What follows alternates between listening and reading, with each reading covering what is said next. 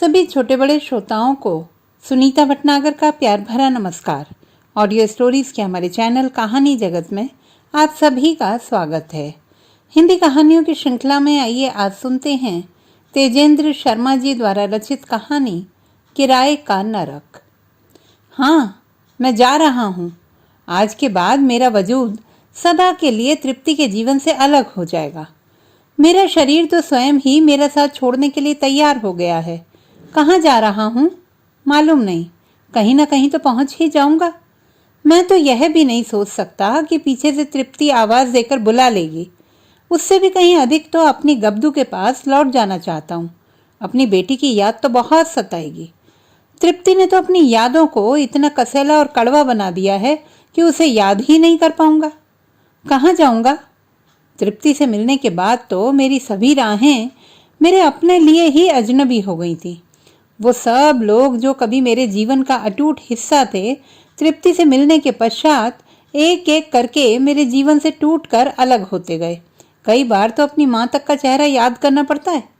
हाँ, यह भी सच है कि तृप्ति को पाकर मुझे लगा था कि मैं संभवतः विश्व का सबसे भाग्यवान इंसान हूँ। उसके मखमल जैसे बदन को छूने से मुझे डर लगता था। मेरे कठोर हाथों से कहीं उसके फूल से कोमल शरीर को चोट ना लग जाए। वास्तव में यह विश्वास कर पाना ही बहुत कठिन है कि तृप्ति जैसी अमीर पिता की रूई के फाये जैसी कोमल लड़की मेरे जैसे सीधे साधे मध्यम वर्गीय मनुष्य से प्यार कर सकती है। ऑटो रिक्शा में भी यही लिखा है, जीवन प्यार का दूसरा नाम है। यहाँ रिक्शा में गाना भी वही बज रहा है।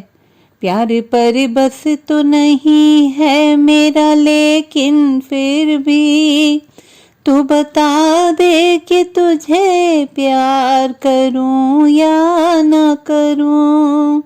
हाँ, तृप्ति ने तो मुझे यह पूछने का मौका भी नहीं दिया था, केवल अपना हक जता दिया था मुझ पर। मैं तो अपनी आंखों में एक उज्जवल भविष्य के सपने संजोए अपने जीवन की लड़ाई लड़ने में व्यस्त था। साथ ही बोरीवली के गरीब कुलियों की लड़ाई भी मेरी ही लड़ाई बनती जा रही थी। उनकी समस्याएं जैसे सब मेरी अपनी समस्याएं बनती जा रही थी। ऐसे में तृप्ति कहाँ से आ गई मेरे जीवन में? खार जिमखाना पहुंच गया हूँ। इस जगह की यादें भी तो मेरे जीवन का अभिन्न अंग बन चुकी हैं। हमारे विवाह के बाद की कितनी ही शामें यहाँ बीती थी। तृप्ति भी तो लगभग हर क्लब की सदस्य है। जूहू, खार, बांद्रा और मैं बोरीवली पूर्व की one room kitchen housing board colony का बाशिंदा। पहले कुछ महीने तो एक स्वप्न की तरह निकल गए। उन महीनों का एक एक क्षण मेरे दिलो दिमाग पर छपा हुआ है। फिर एकाएक क्या हो गया? तृप्ति का व्यवहार रूखा क्यों हो गया? खार जिमखाना की रंगीन शामें मेरे लिए अकेली क्यों हो गई? जब पहली बार तृप्ति के संगमरमरी बदन को छुआ था तो मेरे पूरे शरीर में जैसे करंट की लहरें चलने लगी थी। उसके बदन की महक ने मुझे दीवाना बना दिया था। मैं कुलियों और मजदूरों के पसीने की महक में रहने वाला इंसान, निम्न मध्य वर्गीय पहुंच के भीतर रहने वाला आदमी, जैसे एकाएक कोई परी मेरे हाथ लग गई थी। लोग अवश्य हमारी जोड़ी पर फिक्रे कसते होंगे, पर मैं स्वयं तो तृप्ति के पास चलकर नहीं आया था। किंतु बांद्रा स्टेशन आ गया है। मैंने ऑटो रिक्शा छोड़ दिया है। अब सोच यही है कि यहाँ से बम्बई सेंट्रल टैक्सी से आऊं या ट्रेन ले लूं। तृप्ति को मिलने से पहले तो मैं सदा गाड़ी में ही सफर करता रहा हूँ। Borivali church get local. वैसे तो पिछले 6 महीने से फिर लोकल का मुसाफिर बना हुआ हूँ, परंतु आज कुछ तबीयत ठीक नहीं लग रही। तबीयत तो कल गब्दू की भी ठीक नहीं थी। उसे प्यार करने के लिए कदम आगे भी बढ़ाए थे, पर जैसे किसी अदृश्य ताकत ने मुझे पीछे खींच लिया था। मेरी हालत की इंतहा तो देखो। सामने बेटी है लेकिन प्यार नहीं कर सकता। हालात ही कुछ ऐसे हो गए। कौन जिम्मेदार है इस सब का? तृप्ति, हालात या मैं स्वयं? इसका उत्तर तो स्वयं तृप्ति को ही खोजना होगा। बांद्रा स्टेशन के बाहर ही 2 कोढ़ी भीख मांग रहे हैं। कहीं मुझे उनमें अपना भविष्य तो नहीं दिखाई दे रहा है। उन पर दया करके लोग भीख भी दे रहे हैं, परंतु क्या कोई मुझ पर दया करेगा? मेरी तो छाया तक से लोग डरेंगे। वैसे भी मुझे अपनी बीमारी से डरना चाहिए, परंतु मैंने तो यह बीमारी स्वयं ही मोल ले ली है, तो फिर अपनी ही खरीदी चीज से क्या डरना? डर भी तो एक विचित्र वस्तु है। 2 प्यार करने वाले दिल हमेशा डरे डरे ही रहते हैं। अपने प्रेम को खो देने का डर दिलों में समाया रहता है। किसी भी बच्चे के दिल में अपने खिलौने को खो जाने का जो डर रहता है, संभवतः तृप्ति के दिल में कुछ ऐसा ही डर रहा होगा। एक बात का मुझे सदा ही मलाल रहेगा, तृप्ति को कभी पता नहीं चलेगा कि मैंने इस जानलेवा बीमारी को क्यों गले लगाया, और मुझे यह बीमारी लगने के बावजूद भी वह उससे कैसे बच पाई। उसने तो मेरे बारे में सोचना भी बंद कर रखा है। भला उसे ये सब बातें सोचने का अवसर ही कहाँ मिलेगा। मैं कहाँ हूँ, कैसा हूँ, कहाँ जाऊँगा, कैसे रहूँगा, यह सब विषय अब उसकी सोच के दायरे में कहाँ आएंगे। उसके नज़दीक तो जीवन का अर्थ केवल सीमेंट, ईंट और गारा ही है। आखिर इतने बड़े बिल्डर की बेटी है, उसके पिता तो दुनिया जहान के लिए घर बनाते फिरते हैं। तृप्ति तो स्वयं अपना घर ही नहीं बसा सकी। जिंदगी के फैसले करने में हमेशा उसने बचपने से ही काम लिया है, परंतु मुझे तो कोई ना कोई फैसला करना ही पड़ेगा। एक मन तो होता है कि यहाँ से बॉम्बे सेंट्रल तक पैदल चलना शुरू कर दूं, और अगर रास्ते में ही कहीं गिरकर दम टूट जाए तो मेरे लिए अच्छा ही रहेगा। तृप्ति से संबंध जोड़ने का यही तो इनाम मिलना चाहिए मुझे, एक लावारिस लाश की परिणति, मेरे जीवन का अंतिम सत्य। फिर सोचता हूँ उससे तो तृप्ति की बदनामी होगी। लोग जब एक आवारा लावारिस लाश के साथ उसका और उसके पिता का नाम जोड़ेंगे तो उसकी कितनी जगहसाई होगी। यही तो मेरी समस्या है। मैं आज भी तृप्ति से इतनी नफरत नहीं कर पाया कि उसकी जगहसाई का कारण बन सकूं। जानता हूँ तृप्ति यह भी कह सकती है कि कितनी बार मेरे कारण उसके सर्कल में उसकी हंसी उड़ाई गई है, और यह भी सच है कि मैं उसे आज तक नहीं समझा पाया कि यह सर्कल कभी भी मेरे जीवन का हिस्सा नहीं था। मैंने हमेशा यही प्रयत्न किया कि मैं अपनी मध्य वर्गीय मानसिकता को लांघ कर तृप्ति के उच्च वर्ग में अपने आप को खपा पाऊं। पर क्या अपनी परवरिश, अपने संस्कारों को भुला पाना इतना ही आसान है?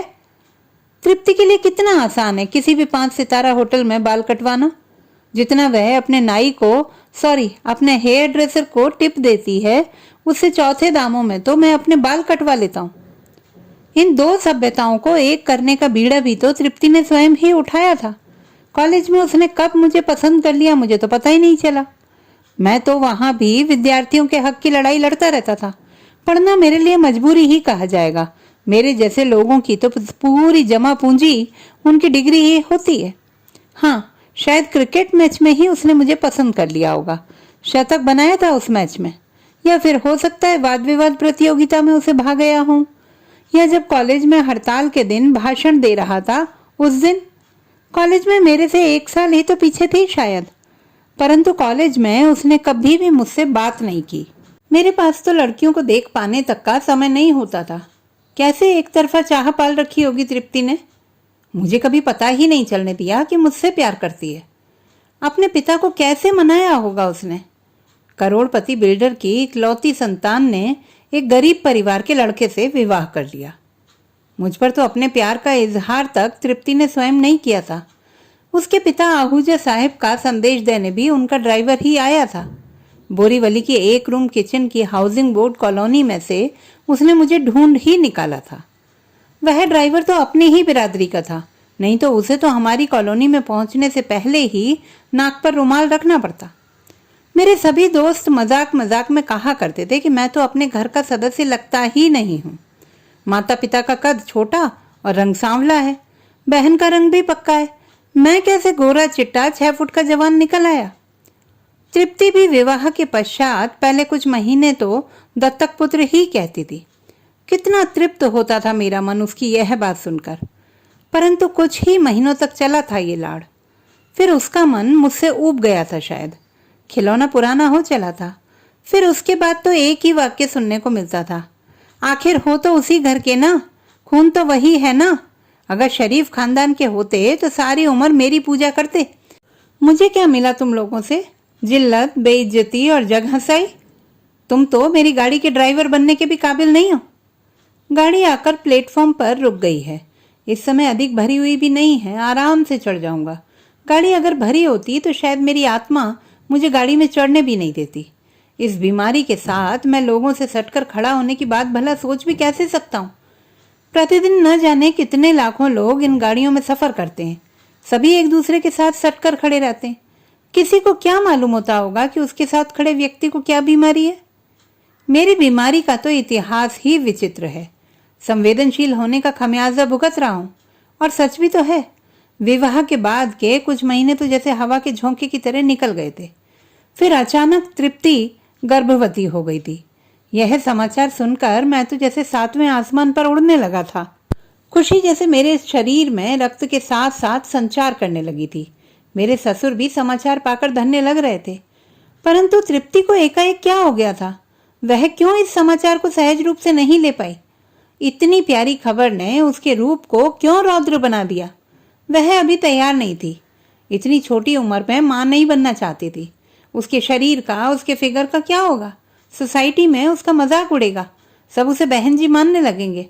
उसे नहीं बनना है बहन जी। अभी तो उसका सुंदर दिखने का समय है। उसे नहीं चाहिए बच्चा।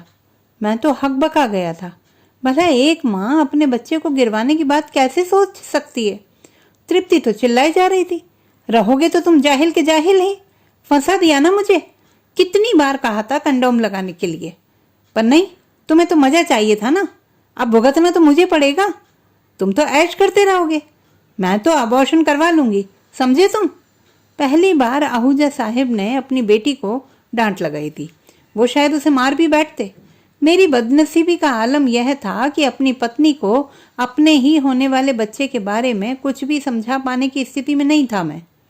तृप्ति के पापा चाहे कितने भी अपने थे, हम दोनों के रिश्ते के हिसाब से तो बाहर वाले ही थे। मेरे पौरुष पर पहली चोट हुई थी। मुझे इतना जब्त करना पड़ा कि रक्त जैसे नसों नाड़ियों में जम सा गया था। उनके फट जाने का डर भी था। उसी दिन दिल में एक नासूर ने जन्म ले लिया था। उसे अंततः तो फटना ही था। अब तृप्ति मेरे हर काम में गलतियां ढूंढने लगी थी। कभी मेरे कपड़ों का रंग अच्छा नहीं था, तो कभी सिलाई गलत थी, कभी अंग्रेजी गलत बोल गया, तो कभी बात ही गलत कहती। जब कभी होने वाले बच्चे के बारे में बात की तो घर में कोहराम मच जाता। कलह से बचने के लिए देर तक ऑफिस में ही रहने लगा। आहूजा साहब भी एक दिन पूछ बैठे थे, क्यों बेटा नरेन, आजकल काम बहुत ज़्यादा हो रहा है? भाई आजकल तो तुम्हें ज़्यादा से ज़्यादा वक्त तृप्ति के साथ गुजारना चाहिए। अब उनको क्या कहता? जी सर कह के रह गया। आहूजा साहब को भी शिकायत है कि मैं उन्हें पापा कहकर नहीं बुलाता। मैं भी क्या करूं? पहले झिझकवश नहीं बुला पाता था, फिर दहशत ने कभी बोलने ही नहीं दिया। बोला तो मैं कॉलेज के दिनों में करता था। क्या मजाल थी कि कॉलेज में मेरे सामने कोई जुबान खोल दे। प्रिंसिपल से लेकर चपरासी तक सभी मेरा आदर करते थे। जब गावस्कर ने मेरी बैटिंग की तारीफ की थी तो लगता था कि एक दिन मैं भी टेस्ट क्रिकेट खेलूंगा। यहाँ तो जिंदगी के टेस्ट में क्लीन बोल्ड हो गया हूँ। गाड़ी दादर पार कर चुकी है। Elphinstone road, lower Parel, Mahalakshmi और बॉम्बे सेंट्रल। बस मेरे जीवन का नया सफ़र शुरू होने वाला है। एक ऐसा सफ़र जिसका अंत मैं पहले से ही जानता हूँ। बॉम्बे सेंट्रल से ही अपने हनीमून पर भी गया था। तृप्ति को हवाई यात्रा से डर लगता है। जीवन में पहली बार प्रथम श्रेणी वातानुकूलित कूपा अंदर से देखा था। मैं और तृप्ति सारी रात एक ही बर्थ पर एक दूसरे की बाहों में समाये रहे। पर मेरी बेटी के बर्थ पर तो हंगामा हो गया था। अस्पताल में लेबर रूम से तृप्ति की चीखों की आवाज़ सुनाई दे रही थी और साथ ही मेरे लिए गालियाँ। यू बास्टर्ड, हाय मर गई माँ, सन ऑफ ए बिच, तुमने मुझे मार दिया, ओ माँ। और इन्हीं गालियों के बीच मेरी गोल मटोल बेटी ने जन्म लिया था। उसके कानों में शायद पहला शब्द बास्टर्ड ही पड़ा था।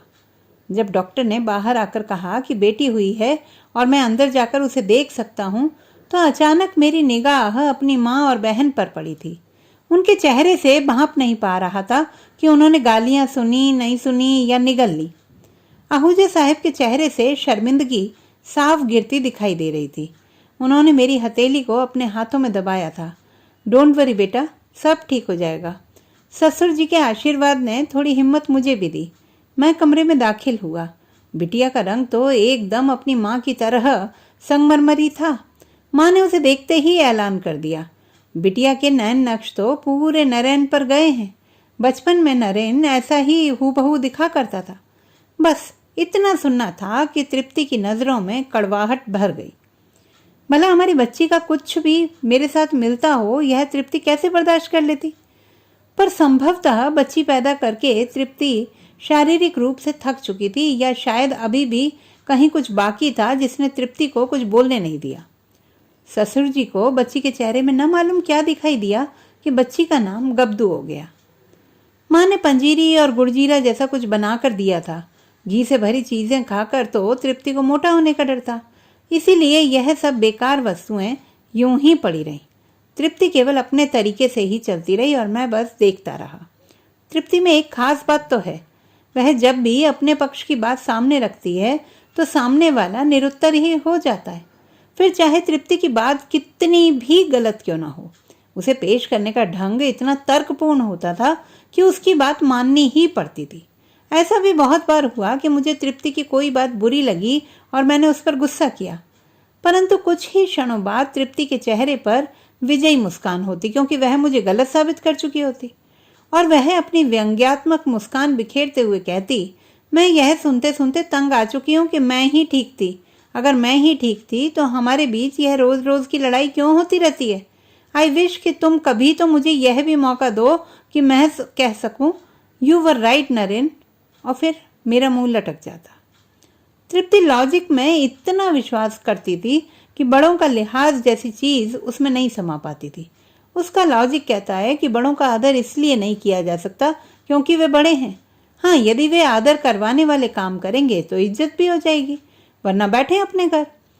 इतने लड़ाई झगड़े के बावजूद तृप्ति मेरे बारे में खासी पजेसिव थी। कभी कोई दूसरी औरत मुझसे बात भी कर लेती तो तृप्ति सैकड़ों सवाल पूछने लगती। कौन थी वो? कब से जानते हो उसे? क्या काम था उससे?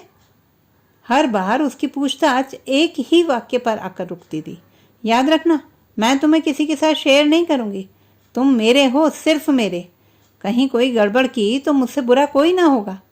काश तृप्ति बुरा होने के बजाय थोड़ा अच्छा होने के बारे में सोचती। यदि तृप्ति बुरी ही बनी रही तो जीवन की गाड़ी कैसे खींचेगी। बॉम्बे सेंट्रल पर लोकल गाड़ी रुक गई है। अब मुझे मेन स्टेशन की ओर चलना है। इस समय भी पुल पर यात्रियों की भाग दौड़ जारी है। मैं तो इतना चलने में ही थकता जा रहा हूँ। यह बीमारी का असर है या बीमारी की जानकारी ने ही मुझे ऐसा बना दिया है। जानकारी तो मनुष्य का जीवन ही बदल कर रख देती है, और यदि जानकारी गलत हो और इंसान उसे सच मान ले तो जीवन नरक ही बन जाएगा, और जीवन तो नरक ही बन गया था। तृप्ति के पास मेरी गब्दू के लिए वक्त ही नहीं होता था। कभी ऑफिस तो कभी क्लब, कभी ब्यूटी पार्लर तो कभी कोई फंक्शन। इस सारे शेड्यूल में गब्दू बेचारी आया के सहारे। गब्दू शरारती भी होती जा रही थी। उसने पहला शब्द पापा ही बोला। उसका कमजोर पापा जब भी उसके पास होता गब्दू बहुत खुश दिखाई देती। जिद भी माँ की तरह करने लगी थी। दादी के घर जाऊंगी, मन में कहीं एक प्रसन्नता की लहर सी दौड़ गई। चलो, मेरी बच्ची को तो मेरी माँ की चिंता है। चल पड़ा उसे लेकर। बोरीवली की उस कॉलोनी में जैसे चांद उतर आया हो। माँ की सभी पड़ोसनें जैसे उस मखमल सी कोमल संगमरमरी काया को देखने आ गई थी, किंतु माँ की आंखों में कहीं एक दर्द था। तृप्ति के न आने से माँ अतृप्त रह गई थी। तुम मेरी बेटी को उस गंदे सड़े बीमार वातावरण में ले कैसे गए? वहां से 50 तरह के इन्फेक्शन कैच करके आई होगी। तृप्ति, वहां उस गंदे सड़े बीमार वातावरण में भी लोग बसते हैं, कोई वीरान जंगल नहीं है वहां पर। तुम उन रेंगते हुए कीड़ों को इंसान कहते हो? मैं भी वहीं से आया हूं जानू। तुमने भी विवाह के बाद पहला चक्कर वहीं लगाया था। वहां मेरी माँ है, बाबूजी हैं, मेरी बहन है, वो सब तुम्हारे भी कुछ लगते हैं। मुझे तो शक है कि तुम भी मेरे कुछ लगते हो या नहीं। अगर आज के बाद तुम मेरी बेटी को वहां ले गए तो मुझसे बुरा कोई ना होगा। फिर बुराई? तृप्ति सदा बुराई के बारे में ही क्यों सोचती है? क्या बुरा होना भी कोई अच्छी बात है? गाड़ी ने सीटी बजा दी है। अभी कुछ ही क्षणों में चल पड़ेगी। अच्छाई और बुराई को पीछे छोड़ती, पटरियों को रौंदती हुई बेखबर। अभी तो यह भी खबर नहीं कि कहाँ उतरूंगा। टिकट तो हरिद्वार तक का बनवाया है, परंतु इस बीमार काया को हरि के द्वार तक कैसे ले जाऊंगा? यह बीमारी भगवान के सामने भी कैसी जलालत का एहसास करवाएगी। यह कदम कदम पर उठाई गई जलालत ही तो थी कि जिसने मुझे इतना बड़ा कदम उठाने को मजबूर कर दिया। खार जिमखाना में तृप्ति अपने मित्रों सहेलियों में व्यस्त हो गई थी। मैंने तो कभी शराब चखी भी नहीं थी, नहीं तो मैं भी किसी कोने में शराब का गिलास भरकर दुनिया की ऐसी तैसी करता रहता। इतने में मिसेस बिजलानी बिजलियां गिराती हुई मेरी ओर चली आई। बाय गॉड नरेंद्र जी, आज तो बहुत जच रहे हैं। जी, एक फीकी मुस्कान के साथ मैंने उत्तर दिया। आप क्लब में अकेले बैठे बैठे बोर नहीं हो जाते? कभी कभी हमारे साथ भी थोड़ा टाइम गुजारा कीजिए ना। जी जी। अरे ये क्या जी जी लगा रखी है आपने, कोई बात करिए ना। जी। और इतने में ही तृप्ति गुस्से में उफनती हुई आई थी। मिसेस बिजलानी का तो फ्यूज ही उड़ा दिया था उसने। फिर मेरी बारी आई। मैं पूछती हूँ उस कुतिया से क्या बातें कर रहे थे, उसे क्या लेना देना है तुम्हें? अरे तृप्ति, अगर कोई बात करे तो उसे जवाब तो दूंगा ना। हाँ हाँ, एक तुम ही तो दुनिया के सबसे हसीन आदमी रह गए हो कि हर औरत तुमसे बात करने को तड़प रही है। जानते हो ना मिसेस बिजलानी कैसी औरत है? तृप्ति तो यह कहकर चली गई, परंतु मेरे दिमाग में एक तूफान खड़ा कर गई। वो तो सदा ही कहती है कि उससे बुरा कोई ना होगा, परंतु आज स्वयं ही मुझे बुरा बनाने का तरीका सिखा गई। एड्स, जैसे मुझे एक साधन मिल गया था तृप्ति से बदला लेने का। समझती क्या है अपने आप को? इस सुंदर शरीर पर ही अभिमान है ना इसे? मैं इस शरीर को ही खत्म कर दूंगा। अब मैं अपनी जिल्लत बेइज्जती का बदला लूंगा इस औरत से। बदले की भावना ने मेरी सोच को कुंद कर दिया था। बस मन में एक ही निश्चय था, पहले अपने आप को एड्स ग्रस्त बनाऊंगा और फिर तृप्ति, अब मुझसे बुरा कोई ना होगा। एक सप्ताह तक दफ्तर नहीं गया, गब्दू तक की परवाह नहीं की। तृप्ति को तो मेरी परवाह ही कहाँ थी। ससुर जी ने पूछा भी तो टाल गया। एड्स पर जितना साहित्य मिल सकता था पढ़ डाला और पहुंच गया कमाठीपुरा एड्स खरीदने। ग्रांट रोड स्टेशन से कमाठीपुरा तक पैदल भटकता रहा। बेजान मरियल पाउडर में लिपे पुते पान के दाग वाले दांत लिए अपने आप को लड़की कहती कुछ देहें इधर उधर दिखाई दे रही थी। मेरा मध्य वर्गीय मन तो बैठा जा रहा था। यदि किसी ने यहाँ पहचान लिया तो मेरी ससुर जी और तृप्ति की कितनी बदनामी होगी। तृप्ति का नाम जहन में आते ही मैं और भी बुरा हो गया। एक दलाल ने अपनी लच्छेदार भाषा में मुझे अपने माल का वर्णन सुना दिया। नथ उतराई की बातें उसे कौन समझाए। मैं वहां नथ उतारने नहीं, उतरी उतराई नथ से कुछ खरीदने आया था। परंतु वहां की गंदगी और निर्लज्ज माहौल ने मेरे मन से एड्स का सारा शौक ही उड़न छू कर दिया और मैं वापस आ गया। किंतु बदला तो मुझे लेना ही था। तृप्ति को ऐसे डसना था कि फिर कभी किसी के साथ बुरी ना हो सके। उसके जीवन को अंधेरा कर देना था। हजारों बिजलियां मिलकर भी उसके जीवन के अंधेरे को ना मिटा सके। मिसेस बिजलानी, तृप्ति के अनुसार एड्स की कुंजी। अग्नि के इर्द गिर्द की गई सभी प्रतिज्ञाओं को होम कर दिया और पहुंच गया मिसेस बिजलानी की मंडली में। वह भी तो गुस्से की आग में जल रही थी। अरे वो भी कोई औरत है? लो भाई, मैं तो बाहर की हूं, उसने तो आपको भी नहीं छोड़ा। मर्द के साथ कोई ऐसा सलूक करता है भला? और मिसेस बिजलानी ने ब्लैक लेबल में सोडा डालकर मेरे सामने रख दिया।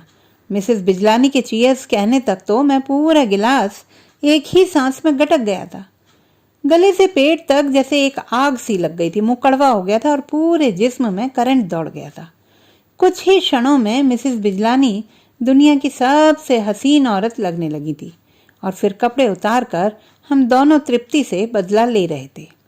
उसके बाद तो कई ब्लैक लेवल के गिलास और न जाने कितनी बिजलानियां मेरे बदले में शरीक होती चली गईं। हर सप्ताह अपना खून टेस्ट करवाता था, अलग अलग अस्पताल से करवाता था, नेगेटिव। समाचार पत्र तो कहते हैं कि एड्स ग्रस्त किसी भी साथी के साथ संभोग करते ही एड्स हो जाती है। यहाँ इतनी सारी बिजलानियां मिलकर भी मुझे एड्स नहीं दे पाई। लानत है। परंतु मैंने भी हार नहीं मानी और वह दिन भी आ पहुंचा जब मेरी बिजलानियों ने मेरी खून की रिपोर्ट पर लिखवा दिया HIV पॉजिटिव। उछल पड़ा मैं। जीवन की इस महान उपलब्धि पर गर्व होने लगा था। आज मैं पूरी तरह से बुरा बन चुका था। अब तृप्ति बचकर कहाँ जाएगी? एड्स के रोगियों के कितने ही चित्र मैंने अखबारों और पत्रिकाओं से काट काट कर रखे थे। उन सब के चेहरों पर तृप्ति का चेहरा चिपका चिपका कर दिखता था कि एड्स होने के बाद तृप्ति कैसी लगेगी। अब प्रतीक्षा नहीं हो पा रही थी। कई दिनों के अंतराल के बाद ऑफिस के लिए नहा धोकर तैयार हुआ था। अभी बैग उठाया ही था कि गब्दू अपनी तोतली बोली में मेरी ओर भागती आई। तपाक से उसे उठा लिया और चूमने ही वाला था कि किसी अज्ञात डर ने मेरे शरीर को जकड़ लिया। नहीं, मैं गब्दू को चूम नहीं सकता। अपनी प्यारी सी बेटी को ऐसी भयानक बीमारी नहीं दे सकता। बदले की आग ने मुझे यह भी भुला दिया था कि मैं केवल तृप्ति का पति ही नहीं, किसी का पुत्र, भाई और पिता भी हूं। किंतु अब क्या हो सकता था? मैं तो बुरा बन ही चुका था। तृप्ति से बदला तो लेना ही था। गब्दू अपनी शिकायत करे जा रही थी। कितने दिन से उसे मिला जो नहीं था। ऑफिस जाने का सारा उत्साह ठंडा पड़ चुका था। केवल एक ही सोच मस्तिष्क को मथे जा रही थी, मेरी मौत तो निश्चित है। कल को अगर तृप्ति भी मेरे डसने से चल बसी तो गब्दू किसके सहारे जिएगी। और मैं एक बार फिर गलत सिद्ध हो गया था। यदि आज तृप्ति मेरे सामने होती तो फिर यही कहती, वॉज आई नॉट राइट। वह तो सदा की तरह एक बार फिर सही सिद्ध हो चुकी थी। उसने तो कहा ही था कि मिसेस बिजलानी जैसी औरतों से मेलजोल बढ़ाओगे तो एड्स से मरोगे। बुरी होकर भी तृप्ति कितनी सही होती है। अब उस घर में मेरा क्या काम था। मुझे अपनी अच्छी गब्दू और बुरी तृप्ति से बहुत दूर चला जाना था और मैं जा रहा हूँ। गाड़ी वापस दादर, बांद्रा, विलेपार्ले, अंधेरी, बोरीवली को पीछे छोड़कर मुझे एक अनजान गंतव्य की ओर ले जा रही है। तृप्ति को तो यह भी नहीं मालूम कि चाहकर भी मैं बुरा नहीं हो पाया। तो दोस्तों, ये थी हमारी आज की कहानी। आपको कैसी लगी कमेंट बॉक्स में लिखना ना भूलें। चैनल को सब्सक्राइब करें, लाइक करें और मित्रों के साथ शेयर करें।